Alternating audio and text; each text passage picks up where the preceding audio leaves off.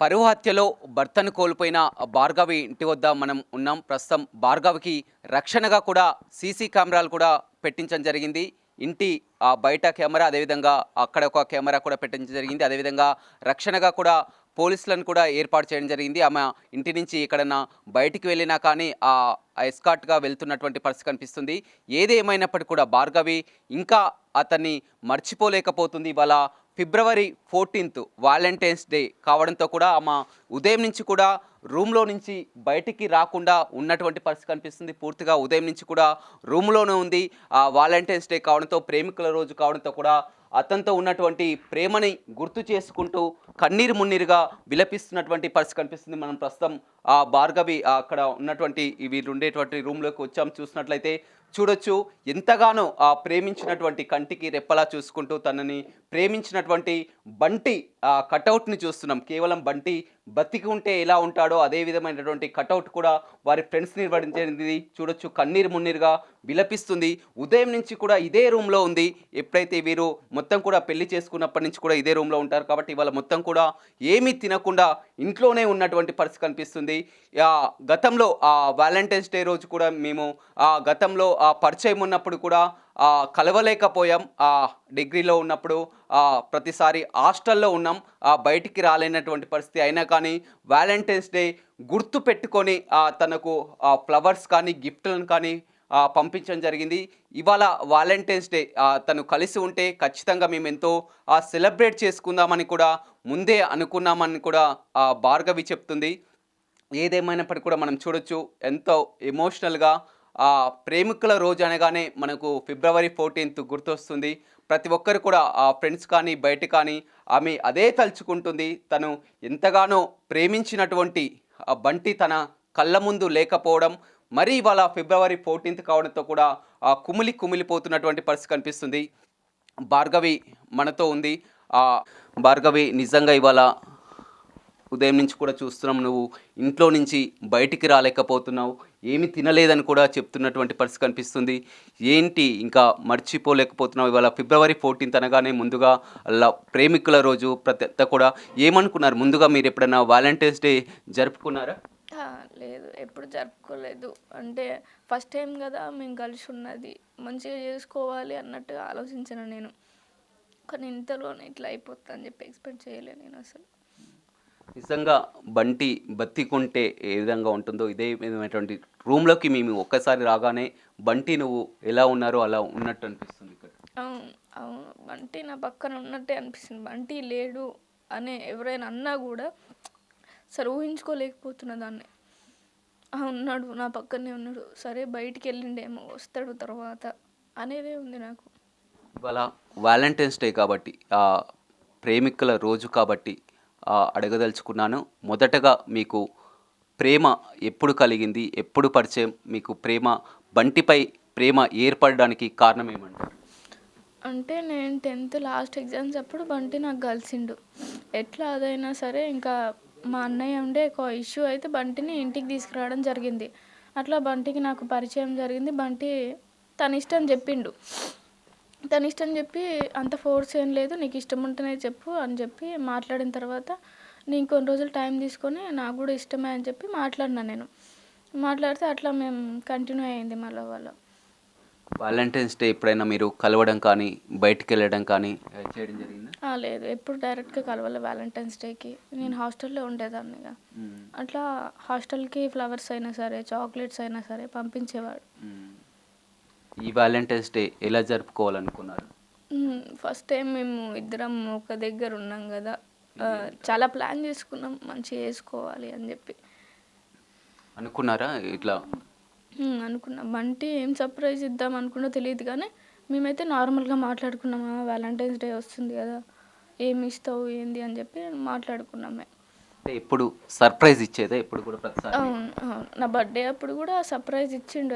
నా బర్త్డే అప్పుడు ఇంకా బంటి వస్తాడని చెప్పి నేను అనుకోలేదు. నేను హాస్టల్లో ఉన్నా, పర్మిషన్ తీసుకొని మాట్లాడి నన్ను బయటికి తీసుకెళ్ళి సర్ప్రైజ్గా గోల్డ్ రింగ్ పెట్టిండు అప్పుడు నాకు.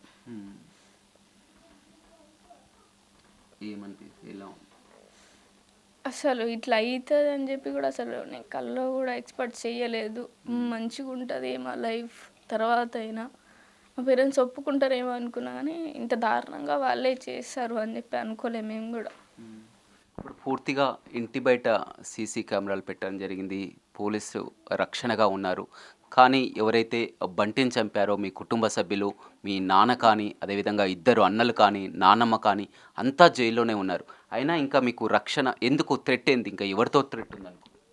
అంటే ఇంకా ఫ్యామిలీ వాళ్ళు బయటనే ఉన్నారు కదా, ఇంకా వాళ్ళే కాకుండా వాళ్ళ సైడ్ నుంచి కూడా ఉంటారు కదా ఇంకా ఫ్యామిలీ మెంబర్స్.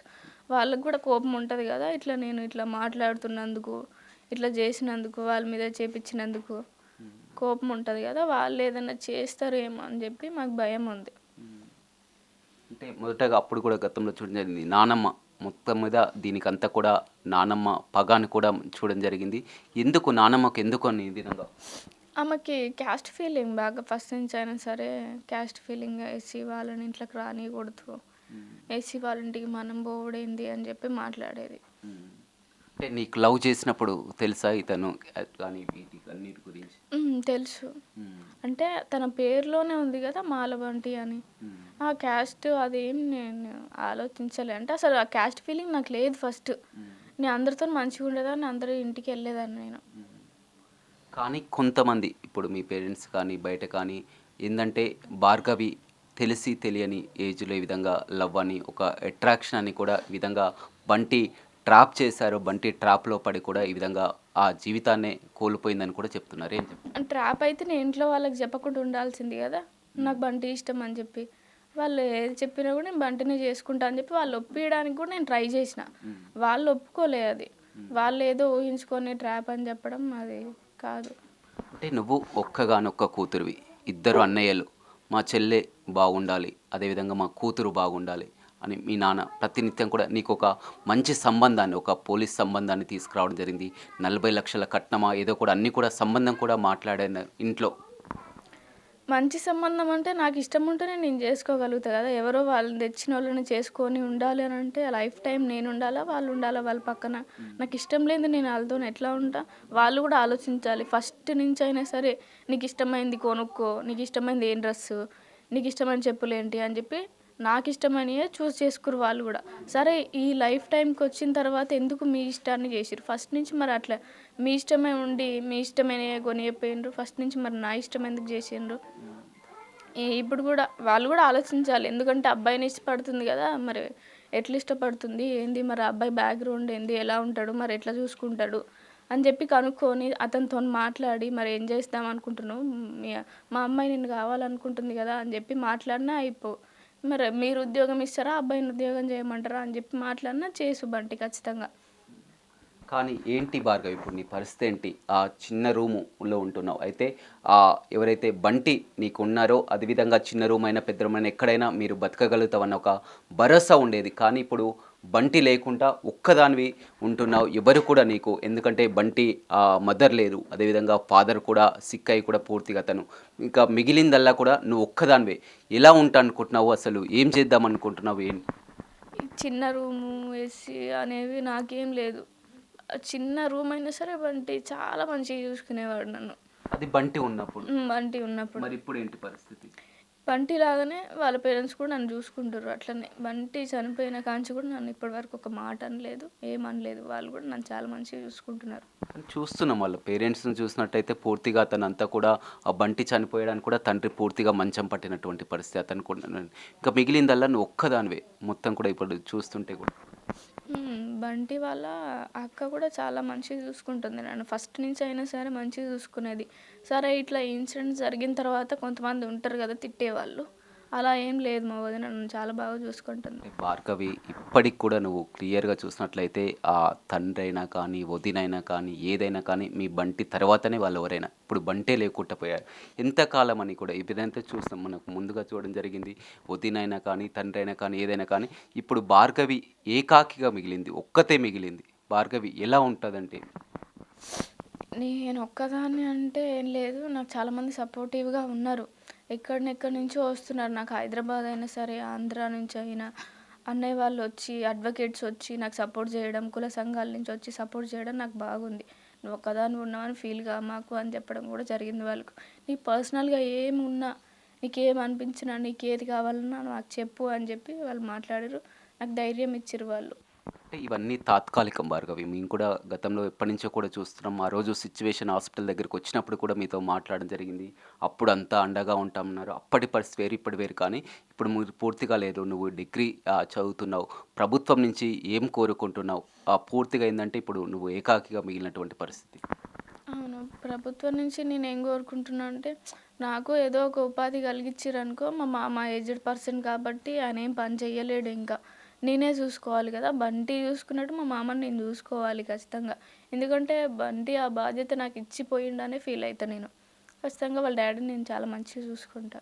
అంటే ప్రభుత్వం ఇప్పుడంతా కూడా అన్ని విధాలా అండగా ఉంటుందని చెప్తున్నారు. ఒక ఉద్యోగం కల్పిస్తానని కూడా చెప్తున్నటువంటి ఎందుకంటే ఎస్సీ కమిషన్ ఇప్పటికే చర్చించడం జరిగింది ప్రభుత్వ పరంగా.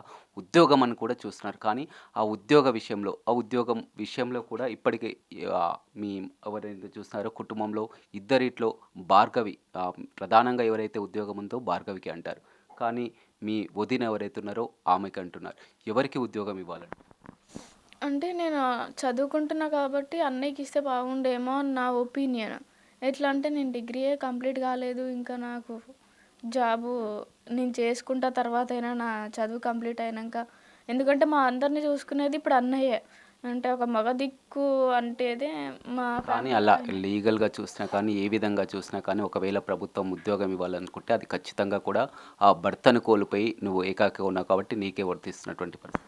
నాకిచ్చినా ఏం పర్లేదు కానీ నా రిక్వెస్ట్ అన్నయ్యకిస్తే బాగుండేమో అని చెప్పి.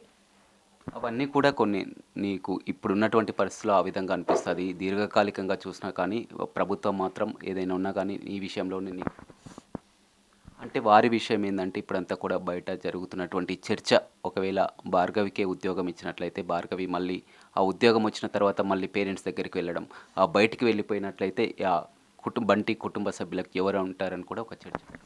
ఆ! అలా అయితే అసలు ఆలోచించిన అవసరం లేదు ఎవ్వరికైనా సరే. నేను ఒకటి చెప్పాలనుకుంటున్నా. నా బంటిని చంపిన తర్వాత నేను వాళ్ళ దగ్గరికి ఎలా ఎళ్తా? అంత ఇష్టపడి వాళ్ళని వదిలేసి మరి నేను బంటి దగ్గరకొచ్చిన. ఆ తర్వాత మళ్ళీ వాళ్ళ దగ్గరికెళ్ళి నాకింత ఇది వద్దు, నాకు బంటి కావాలనుకుంటే నా ఒకటే మాట మీద నేను బంటితోనే ఉంటా. బంటి లేకపోయినా బంటి ఇంట్లోనే ఉంటా. బంటి ఉన్నట్టే ఊహించుకుంటా నేను. కానీ అంత ఇప్పుడున్నంత ఎమోషనల్ కూడా ఉండలేదు. ఎందుకంటే చూస్తున్నాం కదా! పరిస్థితులు కాలానుగుణంగా మారిపోతుంటాయి. ఇప్పటికే మీ అమ్మ కూడా చెప్పడం జరిగింది. ఆ తర్వాత ఏందంటే ఆమె వస్తానంటే మేము తీసుకొని వస్తాం అని కూడా చెప్తున్నటువంటి పరిస్థితి. అట్లా ఆలోచించిన వాళ్ళు ఫస్టే మరి మాట్లాడి మరి ఇంటికొచ్చి నన్ను తీసుకుపోవాల్సిండే. ఆయనని ఏం జేసిర్రు అసలు? అంత చేయాల్సిన అవసరం వాళ్ళకి లేదు. ఆయనని అంటే ఒక పర్సన్‌ని చంపాలి అని ఎంత కోపం ఉంటది వాళ్ళకి. అట్లా ఎట్లుంటది? సరే నన్ను కొడతారా? నన్ను తిడతారా? నన్ను చేసినా అయిపోయేది. అంటే ఇప్పుడు నన్ను చేస్తే వాళ్ళకెంత బాధ అయితదో, బంటిని చేస్తే కూడా వాళ్ళ పేరెంట్స్‌కి అంతే ఉంటది గదా! ఈ పెళ్ళైనాక కూడా మీ అమ్మ అప్పుడప్పుడు ఇక్కడికొచ్చేది. ఇదే రూమ్‌లోకొచ్చేది. నీతో మాట్లాడేది. ఏం చెప్పేది మీ అమ్మ వచ్చి నీతో? మమ్మీ వచ్చిన ప్రతిసారి గూడా "వచ్చేయి ఏమైతది ఏం గాదు చేసుకున్నోళ్ళు లేరా? ఇట్లా నువ్వు ఒక్కదానివే ఉన్నావా? చేసుకున్నోళ్ళు మస్తు మందున్నారు వచ్చేసిండ్రు. నువ్వు గూడా రా అట్లా" అని జెప్పి మాట్లాడేది. హ్మ్. ఏం చెప్పేది? నువ్వేం చెప్పేది? లేదు మమ్మీ నేను రాను. ఆల్రెడీ నాకు పెళ్ళయిపోయింది. అందరిలాంటి దాన్నయితే నేను గాను. అందరు ఎలా చేసిర్రో అయితే నాకు తెలీదు. నేను బంటిని కావాలనుకున్న బంటితోనే ఉంటా నేను. మీకు కావాలనిపిస్తే మమ్మీ మీద ఇష్టం ఉంటే ఒప్పుకోండి. వస్తాం మేమిద్దరం అని చెప్పిన నేను. అంటే ఇంట్లో అప్పుడు నువ్వు చెప్పలేదా? పెళ్లి చేసుకోముందు నేను బంటిని ప్రేమించడం జరిగింది నాన్న.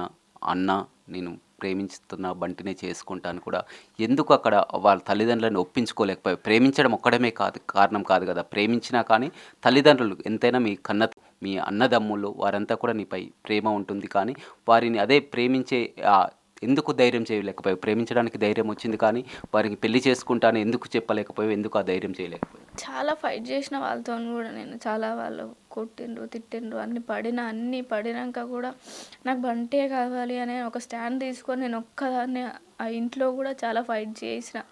అంటే తర్వాత అయినా సరే ఒప్పుకుంటారేమో, ఇప్పుడు కోపం ఉంటదిగా అని జెప్పి మేము ఆలోచించినాం. సడెన్‌గా వాళ్ళు సంబంధాలు తీసుకురావడం వల్ల ఇట్లా అయిపోయింది తప్ప మాకిప్పుడే మ్యారేజ్ జేసుకోవాలని లేకుండే అసలు. అంటే ఎందుకు భార్గవ్‌కి ఇలా ఆలోచన ప్రేమపై కూడా ఎందుకు ఈ ఆలోచన సడెన్‌గా? అంటే సినిమాల ప్రభావమా? బయట మీ ఫ్రెండ్సా? ఎందుకు? ఎందుకంటే ఒక్కసారిగా ఎందుకంటే ఒక సినిమాలో ఇలా చూస్తున్నాం ఇప్పుడు అలాంటి జరిగినటువంటి ఘటన వెంటి తెలిసి తెలియని ఏజ్లో కూడా ఈ విధంగా ప్రేమకు అట్రాక్ట్ అవుతూ కూడా ఈ విధంగా జీవితాలను కోల్పోతున్నారని కూడా బయట జరుగుతున్నటువంటి చర్చ. తల్లిదండ్రులను కాదని, కుటుంబ సభ్యులను కాదని, ఇప్పుడు అదే ప్రేమించావు, పెళ్లి చేసుకున్నావు, ఇంతవరకు బాగానే ఉంది, కానీ ఇప్పుడు నిన్ను చూసుకోవడానికి బంటి లేరు. ఏంటి సినిమాల ప్రభావం? ఇంత ఆ చిన్న ఏజ్లోనే, ఇంకా మీ ఎడ్యుకేషన్ పూర్తి కాకముందే అప్పుడే లవ్వు, ఒకవేళ ఆ ప్రేమించినా కానీ ప్రేమ అదే విధంగా కంటిన్యూ చేస్తూ మీరు ఒక సెటిల్ అయ్యాక, స్థిరపడ్డాక పెళ్లి చేసుకోవచ్చు కదా. మేము కూడా అదే ప్లాన్ చేసుకున్నాం బంటి నేను. సెటిల్ అయినాకనే చేసుకుందాము, ఇప్పుడే ఎందుకు అన్నట్టుగానే మేము ఆలోచించినాం. కానీ బయట వాళ్ళు ఎవరైనా సరే, ఇంకా అన్నయ్య సైడ్ వాళ్ళు, బంటి సైడ్ వాళ్ళు కొంతమంది అన్నయ్యకి చెప్పడం, చెల్లా బంటితో మాట్లాడుతుందంట అట్లా చెప్పడం వల్ల ఇంట్లో తెలిసిపోయింది. లేకుంటే అసలు మేము ఇప్పుడు మ్యారేజ్ చేసుకోవాలి అనే ఆలోచన మాకు లేదు. నేను ఏదో ఒక జాబ్ చేయాలి అని చెప్పి కూడా నేను బంటితో మాట్లాడిన ఇంతకుముందు. వాళ్ళే ఇంత ప్రెషర్ పెట్టి నన్ను కొట్టి తిట్టి ఎందుకు నువ్వు వానితో మాట్లాడుతున్నావు అని చేసిండ్రు. అయినా కూడా నేను 2 years 3 years ఫైట్ చేసిన వాళ్ళతోని. ఫైట్ చేసినా ఇంకా బంటియే కావాలి, ఉంటే నేను బంటితోనే ఉంటా అని చెప్పి కూడా చాలాసార్లు సూసైడ్ చేసుకోవడం నేను అట్లాంటి సూసైడ్ అయింది. అయింది. అయినా కూడా అంటే ఒప్పుకుంటారేమో అని చెప్పి అనుకున్నా, కానీ ఇట్లా అవుతుంది అనుకోలే నేను. తర్వాత అయినా 1 year తర్వాత అయినా మాట్లాడతారు అనుకున్నా నేను. ఏంటి వాళ్ళంతా రూమ్లోనే ఉంటావా మొత్తం? ఫిబ్రవరి 14th అని ఉదయం నుంచి కూడా ఏమీ తింటలేవు, ఏంది నీ పరిస్థితి ఏంటి? అంత ఎమోషనల్గా మొత్తం బయటికి రాలేకపోతున్నటువంటి ఎంతకాలం ఇలా ఏంటి?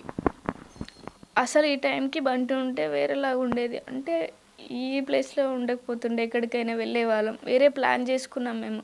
ఫస్ట్ టైం కదా మనం కలిసి ఉంది, ఎక్కడికైనా వెళ్దాము అని చెప్పి మాట్లాడుకుందాం మేము. గుర్తుకొస్తున్నాయి కూడా బంటి. అసలు బంటి లేడు అనేది తీసుకోలేకపోతున్నాను.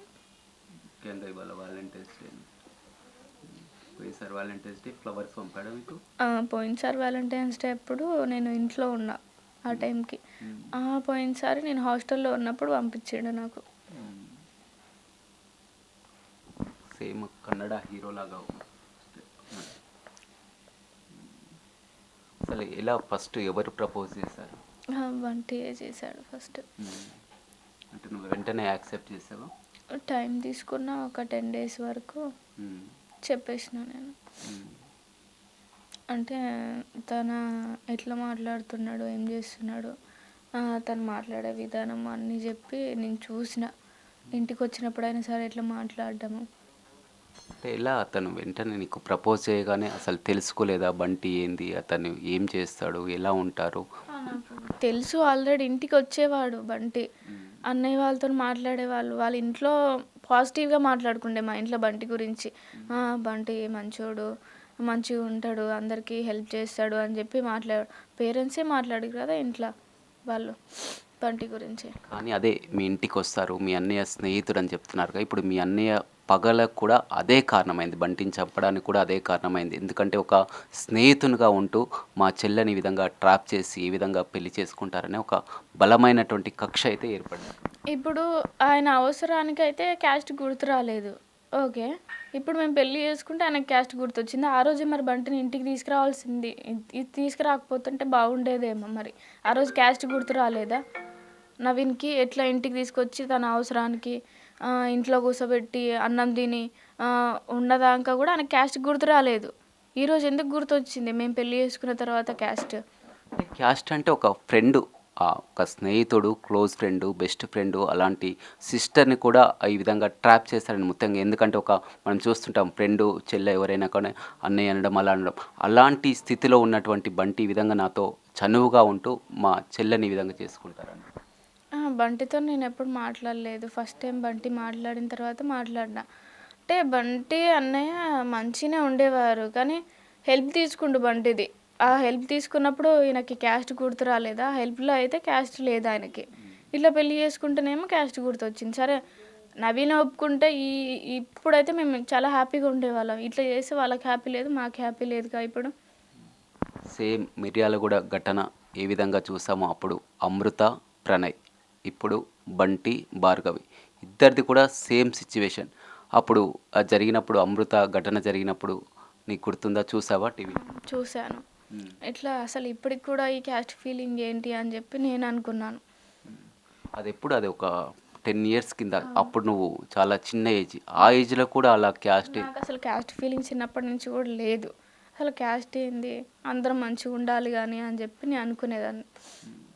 నువ్వు లవ్ చేసినప్పుడు పెళ్లి చేసుకున్నప్పుడు మిర్యాలగూడ లాంటి ఘటన నీకు అనిపించే గుర్తుకొచ్చింది ఎప్పుడైనా? వచ్చింది. అది చూసినప్పుడు అసలు ఏంది ఇట్లా చేసిండ్రు ఏంది అనుకున్నా. అదే సిచ్యువేషన్ నాకు వస్తుందని చెప్పి కూడా ఎప్పుడు ఎక్స్పెక్ట్ చేయలే నేను. అమృత కూడా అప్పుడు గట్టిగా ఫైట్ చేసింది, నీలాగానే ధైర్యంగా ఉంది, ఫైట్ చేసింది. కానీ ఇప్పుడు అమృతను చూస్తున్నాం. ఎప్పుడైనా ఇంత పెద్ద ఘటన జరిగింది ఏదైతే ఆ ప్రణయ్కి తనకు అమృతకు జరిగినటువంటి ఘటనే ఇప్పుడు భార్గవి కూడా జరిగింది. కానీ అమృత ఎప్పుడైనా నీతో మాట్లాడడం కానీ నీ దగ్గరికి రావడం కానీ చేసిందా? లేదు, మాట్లాడలేదు. ఎందుకని? ఎందుకంటే ఆ రోజు చూసింది నా ప్రణయ్‌ని ఈ విధంగా మార్చారు, చేశారని కూడా చెప్పారు. ఇప్పుడు ఇలాంటి ఘటన ఈ సిచ్యువేషన్ అయినా కానీ ఆమె ఎప్పుడైనా మిమ్మల్ని కలవడం కానీ వారి కుటుంబ సభ్యులు కానీ ఎందుకు ఇలా జరిగిందని? లేదు, ఎవరేం మాట్లాడలేదు, వాళ్ళ నుంచి ఏం మాట్లాడలేదు. అంటే అమృత సిచ్యువేషన్ పూర్తిగా వేరు. ఎందుకంటే మారుతీరావు చూడడం జరిగింది. వారి ఆస్తులు కానీ ఇప్పుడు ఒక్కతే కూతురు, ఆస్తులన్నీ కూడా రావడం, అంతా కలిసిమెలిసి ఉంటున్నారు, ఒక విధంగా ఉంటున్నారు, లైఫ్లో సెట్ అయింది. కానీ నీ సిచ్యువేషన్ పూర్తి భిన్నంగా ఉన్నటువంటి పరిస్థితి, ఎలాంటి ఆధారం లేనటువంటి పరిస్థితి. ఎలా బతుకుతావు అంటున్నావు, ఎలా ఉండగలుగుతున్నావు, ఏంటి నీ మొండి ధైర్యం అంటే ఏమో? నా వెనకాల బంటి ఫ్యామిలీ ఉంది, అదే నా ధైర్యం. ఏంటంటే బంటి చూసుకున్నట్టే వాళ్ళు నన్ను చూసుకుంటారు. నాకు ఏదో ఒక ఉపాధి ప్రభుత్వం నుంచి వచ్చిందంటే మా మామని నేను చూసుకుంటాను. ఇంకా మా బంటి ఫ్యామిలీ నుంచే కాకుండా బయట నుంచి నాకు చాలా సపోర్టింగ్ ఉంది. బంటి ఫ్యామిలీ కంప్లీట్ వేరు. చూసాం, బంటి సిస్టర్ ఉందంటే వారిది ఒక కుటుంబం, వారు కూడా సెట్ కావాలన్నా వారి బతకడానికే వారికి సరిపోలేనటువంటి, అందులో మళ్ళీ ఇప్పుడు నిన్ను చూసుకోవడం, పోషించడం, వీరంతా కూడా మనం అనుకున్నట్లు జరగని పని. అంటే నేను చెప్తున్నా కదా, అంటే సపోర్టింగ్ అంటే నువ్వు ఇట్లా చెయ్యి అట్లా చెయ్యి అని చెప్పడానికి సిద్ధంగా ఉన్నారు వాళ్ళు. నేను ప్రభుత్వం నుంచి ఉద్యోగం వస్తే నేను చేసుకొని మా మామని చూసుకుంటా అని చెప్పి చెప్తున్నా. ఇంత చిన్న ఏజ్లో లైఫ్ లాంగ్ ఎలా ఉండగలుగుతాం బంటిని తలుచుకుంటూ? బంటి ఉండడానే ఉంది నాకు, అసలు లేడు అని చెప్పి ఎప్పుడు ఆలోచించాలి ఇప్పటి వరకు కూడా నేను. మీరు ప్రేమ పెళ్ళి ఒక 2 ఇయర్స్ పరిచయం అంతే కదా? 3 ఇయర్స్ 3-4 ఇయర్స్. 3 ఇయర్స్ 3-4 ఇయర్స్ ఆ పరిచయం, ప్రేమ, పెళ్ళి ఇవన్నీ కూడా ఒక 3-4 సంవత్సరాలు. కానీ ఇంకా నువ్వు ఒక 50 సంవత్సరాలు 50-60 సంవత్సరాలు కూడా బతకాల్సి ఉన్నటువంటి పరిస్థితి. చూడొచ్చు ఎంత ఎమోషనల్కు గురవుతుందో. ఇవాళంతా కూడా ప్రేమికుల దినోత్సవం అని కూడా చెప్తున్నటువంటి పరిస్థితి కనిపిస్తుంది. అప్పటికి ఇప్పటికి కొంచెం ఏమైనా మర్చిపోయావు ఆ రోజు ఘటనకి ఈ రోజు?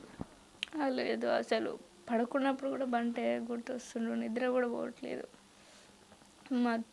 అసలు మర్చిపోలేను, అంత మంచిగా చూసుకున్నాను బంటి. మీ కుటుంబ సభ్యులంతా కూడా వారు ఎవరైతే మీ జైల్లో ఉన్నటువంటి పరిస్థితి, నాన్న కానీ 2 అన్నలు కానీ నానమ్మ కానీ అంతా కూడా జైల్లో ఉన్నారు. ఏంటి వారికి శిక్ష పడాలని? కోర్టు నుంచి ఖచ్చితంగా వాళ్ళకి ఎలాంటి శిక్ష ఉంటుందో వాళ్ళకి ఖచ్చితంగా వెయ్యాలి. ఎందుకంటే వాళ్ళు బయటకు వచ్చినా కూడా మాకు ప్రాణహాని ఉంది. కోర్టు నుంచి ఎలాంటి శిక్ష వేసినా కూడా వాళ్ళకి పడాలి. నీకు ఇంకా ప్రాణహాని ఏంది? వారి కారణం బంటిని చంపాలనుకున్నారు, చంపారు. ఇప్పుడు బంటి తర్వాత వారు జైలు నుంచి వచ్చిన తర్వాత కూడా వారికి కూతురు కావాలి, అదేవిధంగా చెల్లి కావాలి. మీ అన్నయ్యలు కానీ మీ నాన్న కానీ భార్గవిని వెంట తీసుకుపోవడానికే. ఇప్పుడు నేను అంటే వాళ్ళు ఎలా అనుకుంటారంటే నన్ను తీసుకెళ్తే ఈ కేసు కొట్టేపియచ్చు అన్నట్టుగా వాళ్ళు ప్లాన్ చేసుకుంటారో ఏమో. అంటే ఒకవేళ నన్ను తీసేసినా కూడా ఈ కేసు క్లోజ్ అయిద్దేమో అని కూడా చూడవచ్చు వాళ్ళు. అలా అనుకుంటున్నావు. ఒక కూతురుపై ప్రేమతో విధంగా వారు ఏంటంటే నీ మీద ఏమైనా నీ మీద ద్వేషం అంటే వాళ్ళకు కేవలం బంటిని ప్రేమించినవని. ఇప్పుడు బంటే లేడు కాబట్టి ఇక నీ మీద ఎందుకు ఉంటుంది? అంత ద్వేషం ఉంటే నన్ను చేయాల్సిందే. ఎందుకంటే ఇప్పుడు బంటిని చేస్తే నేను ఒక్కదాన్ని ఎలా ఉండగలుగుతా? వాళ్ళకు కూడా తెలియాలి కదా. పెళ్ళి చేసుకుంది, ఆ అబ్బాయి పక్కన లేకపోతే అసలు ఎట్లా ఉండగలుగుతుంది, తర్వాత ఆ సిచ్యువేషన్ ఏంది అని చెప్పి కూడా వాళ్ళు ఆలోచించాలి కదా. నా పసుపు కుంకాలనే వాళ్ళు తీసేసి ఇట్లా చేస్తారు అని చెప్పి అనుకోలేదు నేను. ఇలా స్టడీ కంటిన్యూ చేస్తావా? ఇప్పుడు ఏం చదువుతున్నావు? డిగ్రీ సెకండ్ ఇయర్ నేను కంటిన్యూ చేస్తున్నాను. ఇలా నీకు డబ్బులు కూడా ఇప్పుడు కాలేజ్ ఫీజు కట్టాలన్నా కానీ, రూమ్ రెంట్ కట్టాలన్నా కానీ, తినాలన్నా కానీ, బంటి ఉంటే నిన్ను ఏదో విధంగా రియల్ ఎస్టేట్ అతను ఏదో పని చేసుకుంటూ కూడా చదివిపిస్తాడు, రూమ్ రెంట్ కడతాడు. ఇప్పుడు బంటినే లేదు కదా, ఎలా?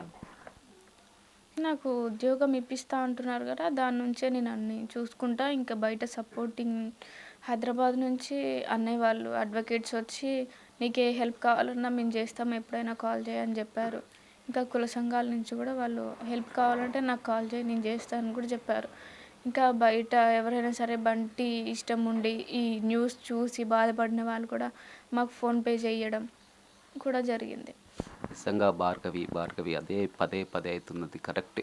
మీరు అనుకున్న విషయం కరెక్టే, కానీ కొద్దిమంది మాత్రమే, కొంతవరకే. ఇప్పుడు అడ్వకేట్స్ అయినా కానీ, కుల సంఘాలైనా కానీ, ఎవ్వరైనా అని వచ్చినా కానీ, అసలు నువ్వు ఇప్పుడు మొత్తం ఈ రూమ్లో ఉండాలంటే రెంట్ కట్టాలి, బియ్యం కావాలన్నా కొనుక్కోవాలి, సామాన్ కావాలన్నా కొనుక్కోవాలి, చదువుకోవాలి, ఉండాలి. ఇంకా నీకు చాలా ఫ్యూచర్ ఉన్నటువంటి పరిస్థితి. ఏ విధంగా ఈ ఫోన్‌పేలు ఈరోజు చేస్తారు, కుల సంఘాలు ఈరోజు వస్తారు, అడ్వకేట్స్ మాట్లాడతారు, మీడియా ఏదో కొద్ది రోజుల పాటు నీకు ఉంటుంది. నీ ఫ్యూచర్ ఏమనుకుంటున్నావు? కొద్ది రోజుల పాటు చేస్తారు ఎవరైనా సరే. నా లైఫ్ టైం చేయాలంటే ఎవరైనా చెయ్యరు. కొద్ది టైం వరకు వాళ్ళు నాకు హెల్ప్ చేసిన తర్వాత నేను నిలబడగలుగుతా. నాకంత ఉంది. ఒకవేళ వాళ్ళు పశ్చాత్తాపపడి కూడా, మీ పేరెంట్స్, మీ అన్నయ్యలు పశ్చాత్తాపపడి, ఒకవేళ చెల్లి నా దగ్గరికి రావాలి, కూతురు నా దగ్గర పశ్చాత్తాపపడ్డా కానీ నువ్వు వారిని క్షమించవా? లేదు, నేను వాళ్ళ దగ్గరికి వెళ్ళను అసలు. ఎందుకని వారు పశ్చాత్తాపపడతారు, నీ దగ్గరికి వస్తారు?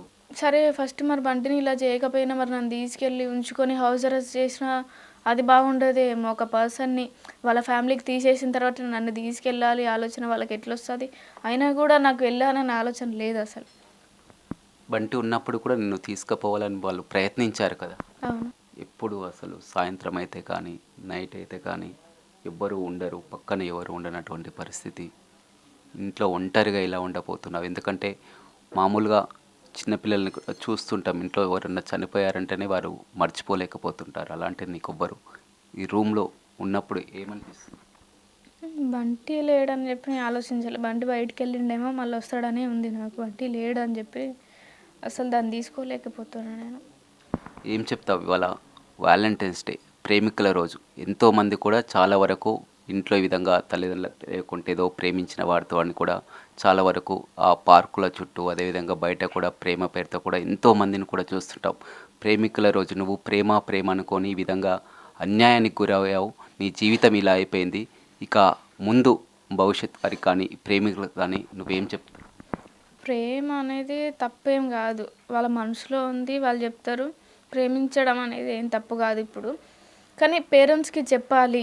వాళ్ళు ఒప్పుకునేంత వరకు ఉండాలి అని చెప్పి నేను అనుకుంటున్నా. ఎందుకంటే మా పేరెంట్స్ అంటే నేను ఎంత రిస్క్ చేసినా, ఏది చేసినా కూడా వాళ్ళు ఒప్పుకోలేదు. సరే, ఇక మీదైనా ఎవరైనా ఉంటే వాళ్ళ పేరెంట్స్‌కి చెప్పి, మాట్లాడించి, ఒకళ్ళ అబ్బాయితోని మాట్లాడించి ఎట్లుంటారు, ఏంది అని చెప్పి ఆహ్, చేసుకోండి ఇంట్లో చెప్పి. ఇలా అయితే చెయ్యకండి. బాగా వాళ్ళకి క్యాస్ట్ ఫీలింగ్ ఉంటే మాత్రం చెయ్యకండి అని చెప్పి చెప్తా. ఇది చాలా ఇంపార్టెంట్ భార్గవి. ఎందుకంటే ఇవాళ వ్యాలంటైన్స్ డే కాబట్టి ఎంతోమంది కూడా చూస్తారు. బిగ్ టీవీ ద్వారా నువ్వు వారికి చెప్తున్నావు. ఎందుకంటే ఆ బాధ ఏంటో నీకు తెలుసు. నిజంగా ఒకవేళ ప్రేమించినా కానీ ఇంట్లో వారు కాదంటే ఏ విధంగా ఉంటారో, బయటకు వచ్చి ఇంట్లో ఆ తల్లిదండ్రులు చేసినటువంటి సంబంధం, ప్రేమించైనా వారిని ఒప్పించైనా పెళ్లి చేసుకోవడం వేరు. ఈ విధంగా బయటికి వచ్చి ఒకవేళ నిజంగా బంటి ఉండి జీవించాలన్నా కానీ వేరు. ఏం చెప్తావు ప్రేమికులకు బిగ్ టీవీ తరపున? ఒకవేళ మీరు అంతగా మీ ప్రేమని ఇంట్లో చెప్పినా ఒప్పుకోలేదు, మీకు వేరే మ్యారేజ్ చేస్తున్నారంటే బయట కంప్లెయింట్ ఇయ్యండి. పోలీస్ వాళ్ళకైనా సరే, షీ టీమ్ వాళ్ళకైనా సరే కంప్లెయింట్ ఇయ్యండి. నాకు ఇష్టం లేని పెళ్లి చేస్తున్నారు, నేను కొన్ని రోజులు ఇంకా చదువుకోవాలనుకుంటున్నాను ఏదో చెప్పి, కొన్ని రోజులు టైం తీసుకొని వాళ్ళు ఒప్పుకునేంత వరకు వెయిట్ చేయి. ఒకవేళ వాళ్ళ క్యాస్ట్ ఫీలింగ్ ఉంది అని అంటే కూడా బయట పోలీస్ వాళ్ళు మాట్లాడి ఇద్దరికి కౌన్సిలింగ్ ఇప్పించి కూడా చేస్తారు ఖచ్చితంగా. అలాంటి ప్లాన్ చేసుకోండి. ఇలా అయితే చెయ్యకండి అని చెప్పి చెప్తాను. భార్గవి ఎందుకు చేయలేకపోయింది మరి? పోలీసుల కంప్లైంట్ కానీ, ఇంట్లో వాళ్ళ ఈ విధంగా వాళ్ళని ఎదిరించే ధైర్యం కానీ ఎందుకు చేయలేకపోయింది? చాలా ఫైట్ చేసినా నేను ఇంట్లో కూడా. ఏంటంటే పేరెంట్స్ నన్ను చిన్నప్పటి నుంచి చాలా గారాబంగా పెంచిండ్రు. నేను ఒక్కదాన్నే అమ్మాయిని, అందరికీ ఫ్యామిలీలలో నేను ఒక్కదాన్నే అమ్మాయిని.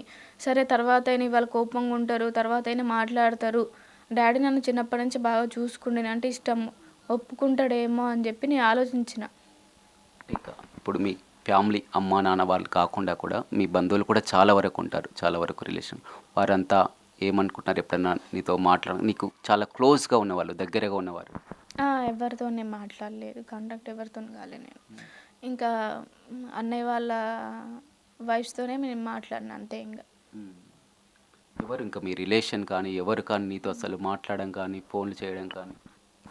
అమ్మ ఇంతకుముందు మీకు నువ్వు బంటి ఉన్నప్పుడు కూడా ఇక్కడికి వచ్చేది, బంటి ఉన్నప్పుడు కూడా వచ్చేదా అమ్మ మాట్లాడేది? వచ్చేది. బంటితో మాట్లాడేదమ్మ? బంటితోనే ఒకసారి మాట్లాడింది అంతే ఇంకా.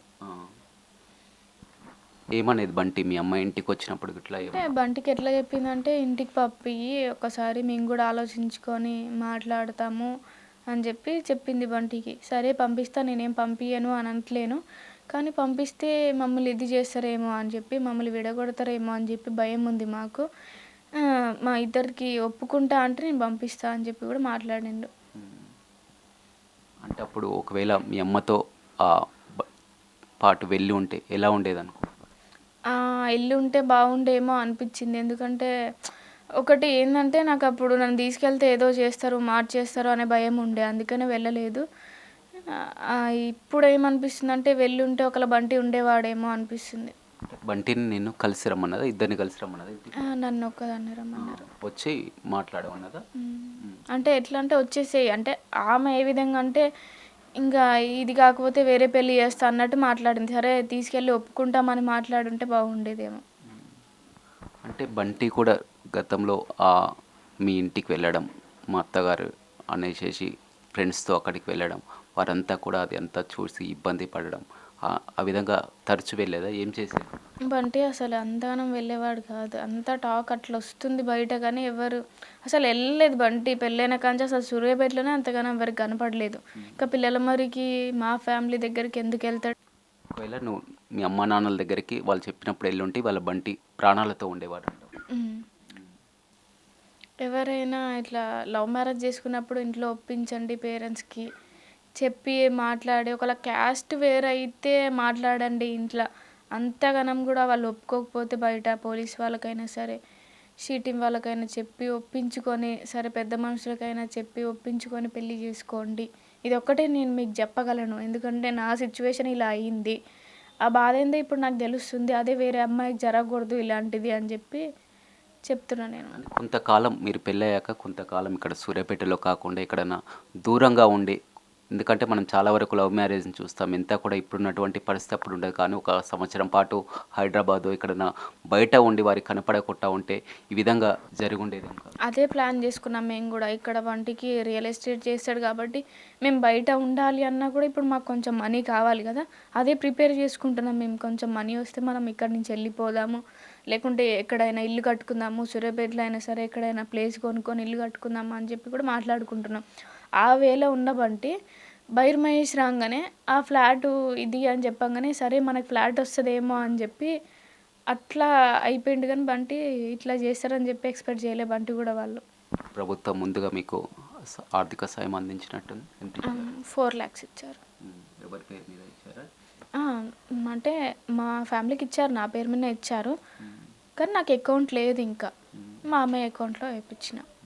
ఏం చేద్దాం అనుకుంటున్నావా 4 లక్షలు? లేదు, ఇంకా దాన్ని అలా ఉంచేసి తర్వాత మా ఫ్యామిలీకి ఏదైనా అవసరం ఉంటే దానికోసం అట్లా ఉంచుదామని చెప్పి ఉంచాం. ఇంకేమైనా ఉన్నాయా బంటి నీ కోసం కానీ చేయించినవి కానీ డబ్బులు కానీ? ఎందుకంటే ఇవి అడగాల్సినటువంటి ప్రశ్నలు కాదు, కానీ నువ్వు ఎలా ఉంటావు అనేసి నీకోసం. బయట ఉంటాయి కొన్ని, ఫ్రెండ్స్కి ఇచ్చే ఉంటాడు, కానీ అంటే ఫ్రెండ్స్ మీద నమ్మకంతో బయట ఫ్రెండ్స్కి ఇచ్చిండు, కొంత మనీ ఇచ్చిండు.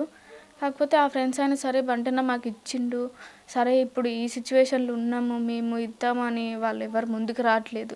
ఏంటంటే బంటి ఏ లెటర్ రాయకుండా, ఏ ప్రామిస్ నోట్ రాయకుండా వాళ్ళ నమ్మకంతోనే ఇచ్చేసిండు. అదేంటి బంటి స్నేహితులు అంటే అసలు ఏదైనా కానీ చేస్తారంటున్నారు, ఇంత బంటి లేనప్పుడు కూడా వారు ఈ విధంగా చేస్తారు. బంటి కోసం సపోర్ట్ చేసేటోళ్ళు ఉన్నారు, కానీ కొంతమందికి బంటి హెల్ప్ చేసిండు. వాళ్ళు ఇప్పుడు మాకు హెల్ప్ చేస్తే బాగుండు అనిపిస్తుంది. రియల్ ఎస్టేట్ చేస్తాడు కదా, ఏమైనా ప్లాట్లు కానీ అలాంటివి కానీ ఉన్నాయి?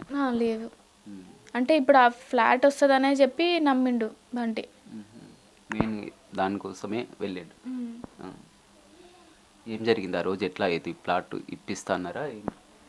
అంటే ఈ ప్లేస్ మనకి ఎంత ఉందో ఏముందో తెలుస్తలేదు, ఒకసారి కొలతలు ఇప్పించి ఎంత ఉందో చూసుకున్న తర్వాత మనం కొంచెం కొంచెం తీసుకుందాము అన్నట్టుగా మాట్లాడిండంట ఆయన. అట్లా 1 మంత్ నుంచి అట్లా మాట్లాడి రోజు కలవడం వంటివి చేసిండు బైర్ మహేష్. అట్లా ఆ రోజు కూడా బంటి నమ్మిండు. ఆ రోజు ఇంకా ఫ్లాగ్ హోస్టింగ్ చేయించిండు బంటితోని. ప్లాట్కి ఇట్లా వస్తే మేము ఇంకా జీవితంలో సెట్ కావచ్చు, ప్రశాంతంగా భార్గవిని చూసుకోవచ్చు అని ఆలోచించి. అవును. మేము మాట్లాడుకున్నాం. బంటి చెప్పిండు కూడా నాకు, ఒక అన్నయ్య ఇట్లా అంటున్నాడు, ఫ్లాట్ వస్తదేమో మనకి, కొంచెం ప్లేస్ వచ్చినా మనం ఆడ ఇల్లు కట్టుకోవచ్చు, మంచిగా ఉండొచ్చు, మనకంటే ఒక ఇల్లు ఉంటుంది అని చెప్పి మాట్లాడుకున్నాం మేము. అంటే పెళ్ళయ్యాక నువ్వు హాస్టల్లో ఉంటావు కదా, పెళ్ళయ్యాక మరి ఇక్కడ నుంచే కంటిన్యూ చేస్తున్నావు, ఎలా ఉండే స్టడీ ఎలా ఉండే? మ్యారేజ్ అయిన తర్వాత ఒక 20 డేస్ నేను వెళ్ళి ఎగ్జామ్ రాసి వచ్చిన. బంటి కూడా వచ్చిండు అప్పుడు. పూర్తిగా ఇక్కడే ఉండాలనుకున్నారా, మీరు హైదరాబాద్ ఇట్లా వెళ్ళాలనుకుంటున్నారా? హైదరాబాద్కి వెళ్ళి కొన్ని రోజులు ఉన్న తర్వాత ఇక్కడ సెటిల్ కావాలి అనుకున్నాం మేము. చూడొచ్చు, మొత్తం ఈ రోజంతా కూడా ఇంట్లో నుంచి, రూమ్లో నుంచి బయటికి రాలేనటువంటి పరిస్థితి. భార్గవి, నువ్వు చాలా ధైర్యంగా ఉండాలి, ఎందుకంటే మొత్తం కూడా నువ్వు ఈ విధంగా కుమిలిపోయినటువంటి పరిస్థితి ఈరోజు మరీ గుర్తు చేసుకొని కూడా ఏమీ తినలేటటువంటి పరిస్థితి. ధైర్యంగా ఉండాలని కూడా చెప్తున్నాం. ఏదేమైనప్పటికీ కూడా చెప్తుంది పూర్తిగా ఇవాళ ప్రేమికుల రోజు కాబట్టి కూడా ప్రేమికులకు కానీ ఒక మెసేజ్ అయితే ఇస్తుంది, బిగ్ టీవీ ద్వారా ఒక మెసేజ్ ఇస్తుంది. ఎవరు కూడా నాలాగా ఈ విధంగా ఇబ్బంది పడవద్దు. ఒకవేళ మీరు లవ్ చేశారంటే ధైర్యంగా ఇంట్లో చెప్పండి, వారిని ఒప్పించండి. ఒకవేళ బలవంతంగా పెళ్లి చేస్తానంటే ఆ షీ టీమ్ కానీ పోలీసులకు కానీ కంప్లైంట్ చేయండి. కానీ పూర్తిగా ఆలోచించిన తర్వాతే ఒక నిర్ణయం తీసుకోండి.